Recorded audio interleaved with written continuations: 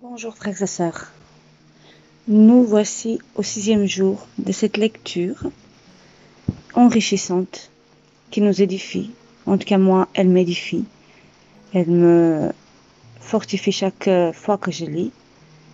Et je suis désolée que je suis en retard, mais voilà, j'ai les enfants à la maison et il y a eu des petits soucis à leur école, donc ils doivent rester à la maison. Donc voilà, nous poursuivons avec la lecture. Aujourd'hui, le titre est La colombe, symbole de l'union parfaite. Alléluia. J'étais endormi, mais mon cœur veillait. C'est la voix de mon bien-aimé qui frappe. Ouvre-moi, ma sœur, mon amie, ma colombe, ma parfaite.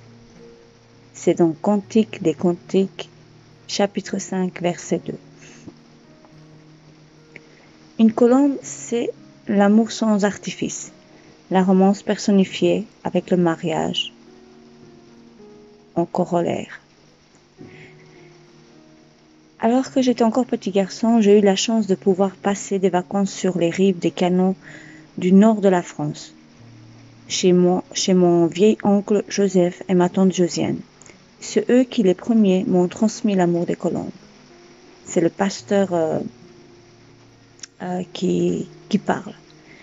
Un matin au réveil, notre triste conversation portait sur une disparition qui venait d'advenir, le décès de l'un des partenaires du couple. L'atmosphère était pesante. Soudainement, l'air grave, mon oncle tendit l'oreille en direction de la basse-cour, près du colombier. D'un bond, il s'y précipita, laissant se fracasser la chaise sur un impitoyable sol de carrelage. Flanquant ma serviette de table sur mon assiette, j'entrepris de le suivre lorsque ma tante me dit « Non, toi tu restes là ». J'étais vexé, mécontent, boudeur, mais ma protestation cessa bien vite lorsque j'ai aperçu mon oncle revenir, la larme à l'œil, l'autre colombe morte dans sa main. Je compris bien vite que ce qui venait de se passer et bouche bée, c'est d'un regard aussi scandalisé que pontois que j'interrogeai ma tante. Ce n'est pas qu'il est méchant, soupira-t-elle, c'est par amour. Elle ne l'aurait pas supporté. Une colombe se choisit un partenaire et le garde toute sa vie. Une colombe ne divorce jamais, ne donnera jamais son cœur ni son corps à quiconque d'entre eux, et n'ira jamais voir ailleurs. Ni infidèle, ni adultère, ni polygame, ni échangiste, elle renouvelle son amour exclusif à chaque instant. Pour nous les chrétiens, en tant que faire se peut, le mariage implique un changement solide basé sur une promesse puissante, une promesse d'honneur qui nous représente. On ne se trahit pas soi-même, on ne se marie pas en blanc pour le folklore. C'est pourquoi, en guise de formation et avant de s'unir, le Seigneur nous invite à passer un temps de fiançailles, durant lequel on promet de ne pas consommer égoïstement, ce qui reviendra à consumer l'autre. Un mariage ne se construit pas sur des promesses vaines, mais sur des engagements réels et sérieux. Pendant ce temps de préparation, qui n'est pas toujours évident, le futur couple vérifie ses intentions, purifie ses motivations, tente de détruire les défauts qui pourront lui être fatals, apprend à aimer l'autre pour ce qu'il est plutôt que pour ses atouts ou pour ses biens. C'est un temps de chantier, de rénovation profonde où chacun s'efforce à devenir conjoint. Car le mariage est un grand repos ou un grand trouble, un paradis ou un enfer. Apprendre à s'unir plutôt que s'unir sans apprendre, loin d'être une punition religieuse et une grande chance. Prendre le temps, c'est respecter l'autre. C'est apprendre à intégrer un autre point de vue. C'est un entraînement aux seules bonnes habitudes qui permettront de réussir une union heureuse à long terme. Ainsi, durant les fiançailles, chaque conjoint se prépare à se donner lui-même pour l'autre. On organise l'alliance. Il n'y a pas d'amour durable sans don de soi fiable. Il n'y a pas d'amour durable sans don de soi fiable. L'alliance. Notre exemple suprême, qui est aussi celui qui nous donne la force d'accomplir nos promesses, c'est Dieu. Dieu est avide d'alliance. Ce Dieu d'amour a depuis toujours scellé des pactes inaltérables avec ses enfants que nous sommes.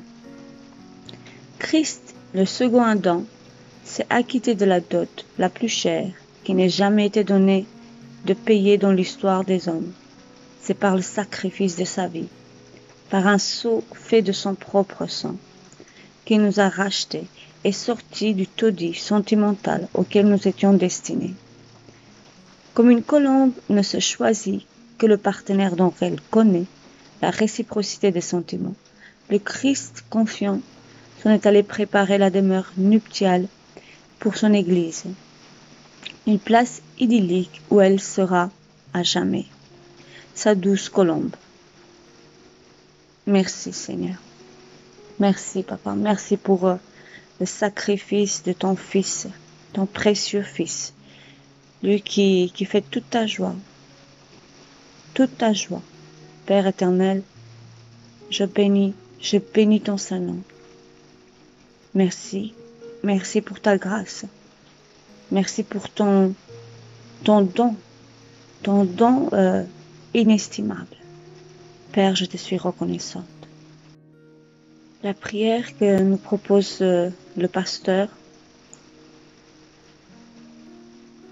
Mon cher Saint-Esprit, l'apôtre Paul, inquiet que le chrétien ne retombe à leurs anciennes amours mondaines, s'écriait : car je suis jaloux de vous d'une jalousie de Dieu, parce que je vous ai fiancé à un seul époux pour vous présenter à Christ comme une vierge pure. Prépare-moi, je te prie, à ma céleste réunion avec mon Seigneur et mon Roi, que j'aime de tout mon âme, de toute ma force et de toute ma pensée. Oui, Seigneur, prépare nos cœurs. Seigneur, ce temps qui nous reste ici-bas avant ta venue, avant le retour auprès de toi, prépare nos cœurs, Seigneur. Apprends-nous à connaître la grandeur, la valeur de ce que toi tu as fait à la croix. Que nos cœurs t'estiment de plus en plus, te connaissent de plus en plus, s'attachent à toi de plus en plus. Que notre robe soit bien blanche, Seigneur. Que nous soyons bien prêts pour ce jour. Que nous soyons les vierges sages. En attendant son bien-aimé, avec la lampe remplie de ton Esprit Saint. Purifie nos cœurs. Purifie nos cœurs. Que nous soyons, Seigneur, prêtes en tant qu'épouse à t'accueillir, ô Roi des rois, Seigneur des seigneurs. Toi qui es digne de recevoir toute cette reconnaissance.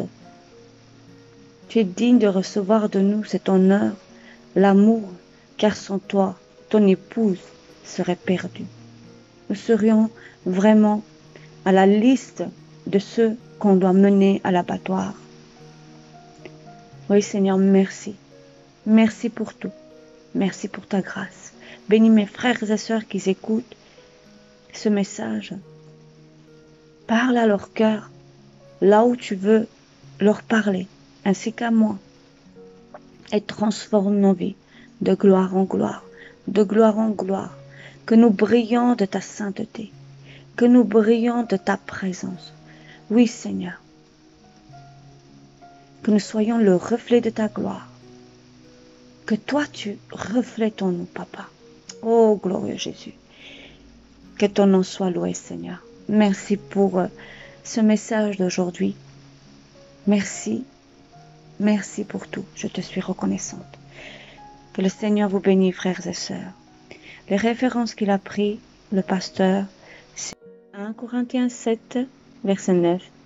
S'il manque de continence, qu'il se marie car il vaut mieux se marier que de brûler. 1 Corinthiens 7, verset 3. Que le mari rend à sa femme ce qu'il lui doit, et que la femme agisse de même envers son mari. La femme n'a pas autorité sur son propre corps, mais c'est le mari. Et pareillement, le mari n'a pas autorité sur son propre corps, mais c'est la femme. Ne vous privez point l'un de l'autre, si ce n'est d'un commun accord pour un temps, afin de vaquer à la prière, mais puis retournez ensemble, de peur que Satan ne vous tente par votre incontinence. 1 Corinthiens 11, verset 2.